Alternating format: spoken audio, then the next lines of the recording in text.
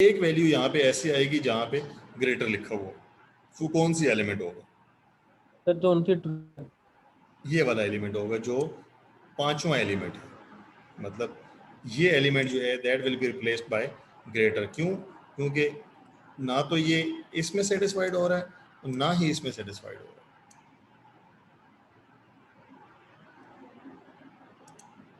है। At the same time दोनों satisfied हो, तो दोनों तो सेटिस्फाइड नहीं हो सकते। जी, ये मैं ठीक कह रहा हूँ? अगर एंड लिखा हुआ हो तो क्या जवाब आएगा? दोबारा यही जवाब आएगा या कुछ और आएगा? अब आपने सिंपल ये देखना है कि देखें, ये पहला एलिमेंट है, ये ग्रेटर देन 12 हो और साथ ही ये लेस देन 12 हो। जाहिर है ये पॉसिबल नहीं है, तो कंडीशन इज फॉल्स। ऐसा ही है ना? Yes sir. अगर ये हाँ फॉल्स है तो सर। इसका मतलब है नॉट ग्रेटर लिखा हुआ है, तो ये तमाम वैल्यूज के लिए फिर सेम रहेगा, नॉट ग्रेटर नॉट ग्रेटर। हाँ, अगर मैं इसको ऐसे करूं, एंड के बजाय मैं इसको और कर दूं, अब ये क्या आएगा? सर अब एक इसमें से ग्रेटर, बाकी सारे नॉन अब ये ग्रेटर। पांचवी वैल्यू जो है एलिमेंट नंबर 5, अब क्या कह रहे हैं कि element number 1 that is greater than 12। अगर या तो ये ग्रेटर देन 12 हो तब ये ट्रू है, या ये लेस देन 12 हो तब ये ट्रू है। सर सारे ग्रेटर आएंगे? नहीं, सारे ग्रेटर नहीं आएंगे। सर दोबारा देखो जरा। पांचवी वैल्यू सर ग्रेटर आएगी। जी, पांचवी वैल्यू नॉट ग्रेटर। देखो फिफ्थ वैल्यू जो है पांचवी वो value not greater. Fifth value not greater आएगी। बाकी सारी की सारी वैल्यूज ट्रू हैं कि either a number is greater than 12 और इट इज लेस देन 12। तो दोनों कंडीशंस, या तो पहली कंडीशन कंडीशन 1 सेटिस्फाई हो रही है या कंडीशन 2 सेटिस्फाई हो रही है। कौन सा ऐसा एलिमेंट है जिसपे ये दोनों कोई एक भी सेटिस्फाई नहीं हो रही? दिस, क्योंकि यार ना तो ये ग्रेटर देन 12 है ना लेस देन 12 है, actually that is equal to 12। तो यहाँ पे ये कंडीशन पांचवें एलिमेंट पे फॉल्स हो रही है। ठीक है, क्लियर है ये? Yes हाँ sir. जी सर जी। इसमें कोई पूछना है तो बताएं। Yes sir. लेकिन अब इसमें ड्रॉबैक क्या है कि आप एक वक्त में एक ही वेरिएबल क्रिएट कर सकते हैं। जैसे मैंने y क्रिएट किया है, तो आप एक कमांड के साथ या एक एग्जीक्यूशन के साथ एक ही वेरिएबल क्रिएट कर सकेंगे, नया वेरिएबल कोई भी। क्योंकि आप सर अगर ग्रेटर की जगह सबसे पहले नॉट ग्रेटर लिखें तो सर उसको फॉलो करेगा पहले। देखें, उसको नहीं पता कि आप क्या लिख रहे हैं। कोटेशंस के अंदर जो भी है ये आपके समझ लें कि कैरेक्टर्स हैं, कमेंट्स हैं। अब आप अगर वहाँ पे नॉट ग्रेटर लिख देते हैं, बेशक वो वैल्यू ग्रेटर हो, आपने ये बताना है कि अगर ट्रू है तो ये प्रिंट कर दे। अब भले से आप ग्रेटर के बजाय अपना नाम लिख दें, ठीक है, कोटेशंस के अंदर तो जो भी वैल्यू है उसने वो प्रिंट कर देनी है। ठीक है, फॉर एग्जांपल यहाँ पे हम ग्रेटर के बजाय लिख देते हैं जी, कोई आप वर्ड लिख दें, GCUF लिख दें, ठीक है। तो अब उसके लिए मीनिंगलेस है कि आपने क्या लिखा है, उसने सिर्फ कंडीशन वेरीफाई करनी है। If the condition is true, जो भी आपने प्रोवाइड किया है वो प्रिंट कर देगा। अब ये तो मैंने आपको समझाने के लिए ग्रेटर लिखा है ना, या नॉट ग्रेटर लिखा है, ठीक है। अदरवाइज इसका उससे कोई ताल्लुक नहीं है। कोटेशंस के अंदर मतलब ये है कि वो आपकी तरफ से कैरेक्टर या स्ट्रिंग्स हैं, आप अपनी मर्जी से दे सकते हैं। नॉट ग्रेटर की जगह आप कोई और वैल्यू लेस लिख देते, ठीक है, या कंडीशन नॉट सेटिस्फाइड लिखते, या कोई भी आप पूरा जुमला लिख दें, बेशक, उससे कोई फर्क नहीं पड़ेगा। ठीक है जी। तो अब इसमें एडवांटेज इसमें क्या है कि आप वेक्टर के एक ही कमांड वेक्टर के हर एलिमेंट पे अप्लाई कर सकते हैं। और डिसएडवांटेज क्या है कि आप एक एग्जीक्यूशन में एक ही काम कर सकते हैं। फॉर एग्जांपल अगर मैं ये कहता कि अगर ग्रेटर देन 12 हो तो y की वैल्यूज ये जनरेट हो, साथ ही z की वैल्यूज जनरेट हो, तो ये 2 दफे एग्जीक्यूट करना पड़ेगा। नॉन वेक्टराइज्ड इफ एल्स में ये कंडीशन आपके पास नहीं है। उसमें आप क्या करेंगे कि एक ही वक्त में एक से ज़्यादा कमांड जो है रन कर सकें अगर कंडीशन ट्रू हो। और उसका डिसएडवांटेज क्या है कि आप एक एलिमेंट पे, तो आपकी कमांड एक एलिमेंट पे अप्लाई होगी सिर्फ। अगर वो वेक्टर के एलिमेंट्स एक से ज़्यादा हैं तो only first element will be chosen for the execution. ठीक है, अब आप इसमें कुछ भी कर सकते हैं। ये ज़रा गौर करें कि ये जो ऑपरेटर्स पढ़ाते वक्त मैंने आपको एंड और आर के ऑपरेटर्स पढ़ाए थे, तो वो देख लें कि ये, और वो मैंने वो एक एग्जांपल भी ली थी कि वो एंड करके फिर प्रेफरेंस के साथ क्या नाम है, अलजेब्रिक ऑपरेटर्स और फिर लॉजिकल ऑपरेटर्स और तीसरे ये क्या नाम है रिलेशनल ऑपरेटर्स। अब उस हिसाब से ये एग्जीक्यूट होना है। जैसे ये और है तो इसका मतलब दोनों में से एक कंडीशन ही सेटिस्फाइड हो तो ठीक है, अगर आप एंड लिखेंगे तो फिर उस तरीके से जाएगा। मिसाल के तौर पे यहाँ पे अगर आप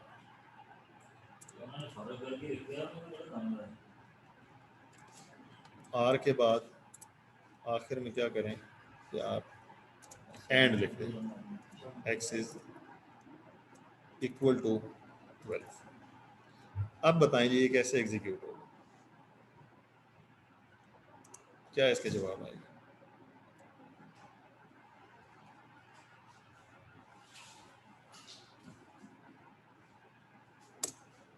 बेसिकली अब 3 कंडीशन है ना, तो ये किस तरीके से आप इसके जवाब देंगे? इनमें से पहले क्या सॉल्व होना चाहिए, पहले क्या एग्जीक्यूट होना चाहिए? Sir ji x is equal to 12। पहले वो इन दोनों को इवेल्युएट करेगा, क्योंकि एंड का मतलब प्रोग्रामिंग की सेंस में क्या है, मल्टीप्लाई। ठीक है, तो प्रेफरेंस पर मल्टीप्लिकेशन की पहले है ना, इन दोनों में से देखें पहले ये दोनों सॉल्व होंगी या इवेल्युएट होंगी, इनका जो रिजल्ट आएगा फिर इसके साथ मैच करके वो और के साथ मैच करेगा, मतलब प्लस के सेंस में या और के सेंस में। ठीक है, ये देखें जरा।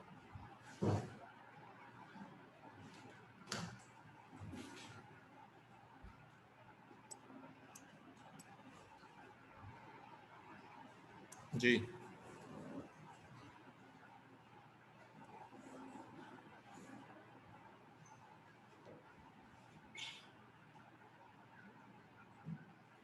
जी, क्या ख्याल है, क्लियर हो रहा है?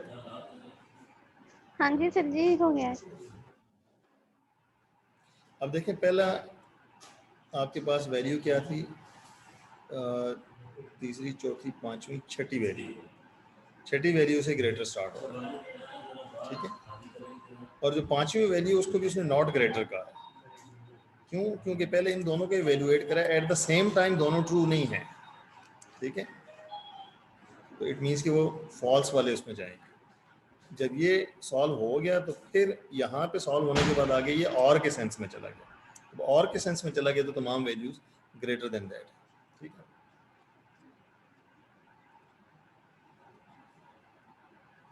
और ये वैल्यू जाहिर है इसको आप दोबारा देख लेंगे, उसको जो प्रेफरेंस हमने ऑपरेटर्स की देखी थी उससे मैच कर लेंगे। इसी तरीके से आप वेक्टर एक क्रिएट कर लें।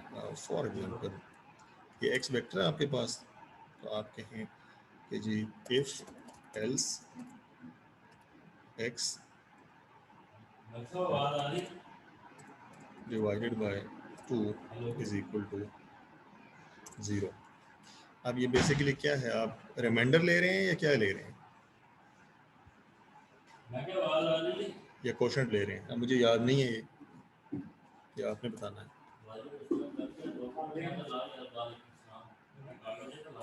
देखें फॉर एग्जांपल यहाँ पे हम देखते हैं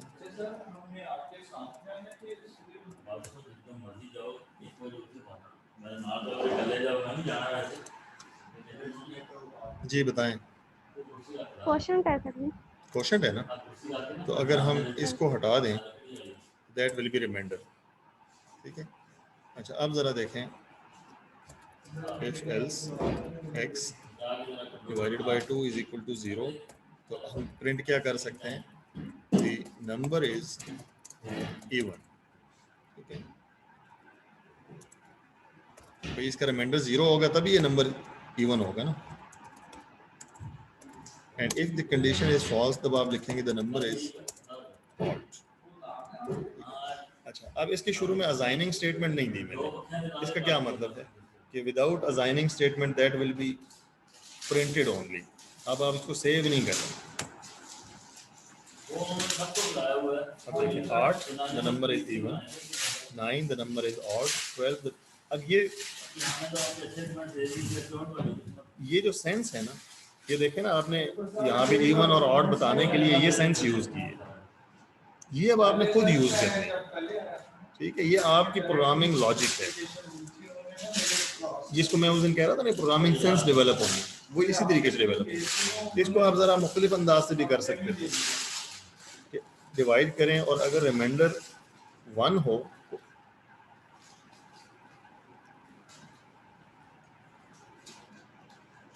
फिर आप कर सकते हैं कि ये दिस इज ऑड और दिस इज, अब आपने चेंज कर दिया क्योंकि जब 2 पे डिवाइड करेंगे तो आइदर रिमाइंडर विल बी 1 और इट विल बी 0। तो अगर रिमाइंडर 1 है तो नंबर इज ऑड। लेकिन इसमें ये कंडीशन थोड़ी सी मिस्टेक हुई है शायद। जी बताएं, हर दफ़ा ये फॉल्स है? सर जी वो थोड़ा सा उसमें वो गलत हो गया ना साइन, कैसे? परसेंटेज के साथ वो स्लैश। स्लैश अब दिए ये या नहीं? क्वेश्चन रिमाइंडर नहीं देगा। हाँ जी, यस, हाँ जी, अब ये ठीक देगा बिल्कुल। ये पहले वाला जो रिजल्ट आया था सेम वही रिजल्ट आया। ठीक है जी, क्लियर है। Yes sir. अब देखें ना, ये सेंस आपने यहाँ पे मुख्तलिफ कंडीशन दी है, यहाँ पे आपने मुख्तलिफ कंडीशन दी है, लेकिन आपके रिजल्ट जो है वो सेम है। तो ये जो कंडीशन आपने प्रोवाइड की है ये अब आपकी प्रोग्रामिंग लैंग्वेज है या सेंस आप कैसे डेवलप करते हैं, ये बेसिक आपके पास है। आगे जो भी आप यहाँ पे लिखेंगे it will be printed as it is, अगर आप इसको स्टोर करवाते हैं। अब इससे आपका मतलब क्या है, स्टेटिस्टिक्स में आप कैसे यूज़ कर सकते हैं। मिसाल के तौर पे आपके पास कैटेगोरिकल वेरिएबल है, उसको आपने कन्वर्ट करना है इनटू 3 और 4 और 5 डमी वेरिएबल्स, तो आप कर सकते हैं। ठीक है, क्या ख्याल है? ठीक है, फॉर एग्जांपल एक डमी वेरिएबल हम क्रिएट कर लेते हैं कि D if else, dummy variable अगर क्रिएट करें एक्स इज ग्रेटर देन 10, ठीक है, या ग्रेटर देन और इक्वल टू 10, डी की वैल्यू आपके पास 1 है, अदरवाइज आपके पास 0 है। तो बेसिकली अब आपने ये डमी वेरिएबल क्रिएट कर लिया। ये कंडीशन एक से ज़्यादा हो सकती है। अब जाहिर है ये जो x है यहाँ पे आपको कैटेगोरिकल वेरिएबल की अगर कैटेगरीज आप देंगे कि फॉर एग्जांपल प्रोविंस के सामने अगर पंजाब लिखा हुआ हो तो वो आगे डमी वेरिएबल D1 जो है उसकी वैल्यू 1 हो, बाकी तमाम की 0 हो। इसी तरह अगर प्रोविंस के आगे सिंध लिखा हुआ है तो D2 की वैल्यू 1 हो, बाकी सबकी 0 हो। तो ये आप इस तरीके से इसको इफ एल्स को यूज़ करके कर सकते हैं। ये मतलब वो जो फैक्टर्स क्रिएट करने वाला काम है वो आप इस थ्रू कर सकते हैं। हाँ जी रमज़ान बताओ। जी सर। ठीक है, और कोई सवाल?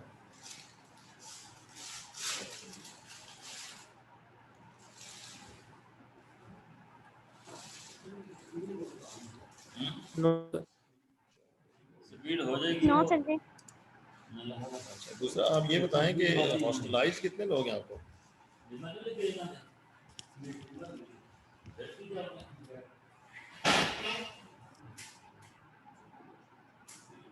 जी बोलें। सर जी जी सर मेरा क्वेश्चन था सर, ये जो आपने डमी वेरिएबल बनाया सर डी, ठीक है। सर मेरा सेम आंसर नहीं आया जो आपका है। क्या चीज़? सर वैल्यू मैंने सेम लिखी जो आपने लिखी थी एक्स, ठीक है, तो सर मैंने भी यही लिखा if x x greater than 10 1 अच्छा 0, तो मैंने ग्रेटर देन और लेकिन इक्वल टू सर लिखा है ना सर मैंने भी ग्रेटर देन इक्वल टू। यार। ये तुम्हारा ही मसला होता है, जो कमांड सेम है तो जाहिर है रिजल्ट सेम आने हैं। मतलब इसमें तो कोई सर दूसरी लास्ट पर चीज़ आपके 0 1 आ रहा है, लेकिन मेरे 3 0 बाकी सारे 1 1 है। देखो ना, एक्स की वैल्यूज देख लो ना, उसको वेरीफाई कर लो। अब देखो सर 11 है तो सर ग्रेटर देन 10 है, जाहिर है इसकी वैल्यू 1 आनी है। 8 मैंने है सेम 0 ही आना लिखी है। थी। मैंने कुछ वैल्यूज आखिर में नई भी ऐड की हैं, आपने शायद वो ऐड नहीं की। यस सर नहीं आई। ठीक है, ये याद रखो कि जब कमांड सेम है तो चाहे आपके कंप्यूटर पे हो या मेरे कंप्यूटर पे, उससे क्या फ़र्क पड़ना है, सिवाय इसके कि अगर आप रैंडम नंबर जनरेट कर रहे हैं। जैसे पिछले कोई क्लास में किसी का क्वेश्चन था, ये रैंडम नंबर सेम नहीं नहीं आ सर वो रहा, सिग्नल इशू की वजह से मुझे है वो नजर नहीं डिफरेंट आई थी, आने हैं। Sorry sir. ठीक है, जब तक कि आप सीड मतलब सेम नहीं देते। अगर सीड आप सेम सेट कर देते हैं तो फिर आप मतलब बेशक पूरी क्लास जनरेट कर ले, कोई सेम रैंडम नंबर आएंगे।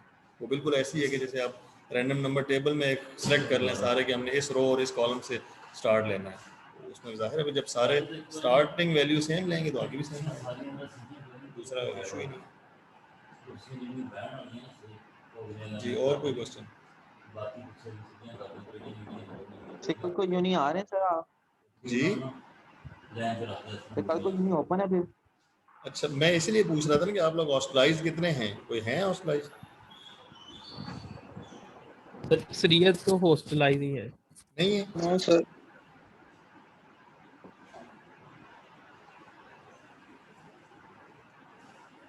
ये जरा लिख के दो ना, फिर आपकी जो फिजिकल क्लासेस के मतलब भी पूछ लेते हैं सर से। ठीक है सर, वो सीआर से करके ना वो क्लास के बाद आपको इसका आप लिख दो या सीआर से कह दो, अगर वो क्लास में है तो। ये तो नहीं पता। ठीक है सर। ठीक है, तो अगर कोई 2-4 लोग ही हैं तो वो तो मैनेज कर ही लेंगे ना।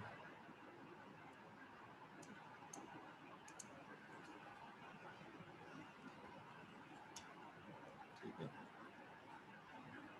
तो बाकी जो अपने राय भी दें कि फिजिकल क्लासेस के लिए आप लोग आना चाहते हैं या ऑनलाइन ही चलना है? सर जी ऑनलाइन ठीक है। नहीं, लेकिन परसों तक तुम कह रहे थे कि ऑनलाइन हमें समझ नहीं आती। नहीं सर, मैंने नहीं सर, सारी समझाने क्लास वाला यही कह ठीक होना तो फिर समझ आती है। अच्छा, चलें फिर ये लोग आप लोग आपस में देखें और वो हॉस्टलाइज वालों की ज़रा लिस्ट लें। ठीक है सर।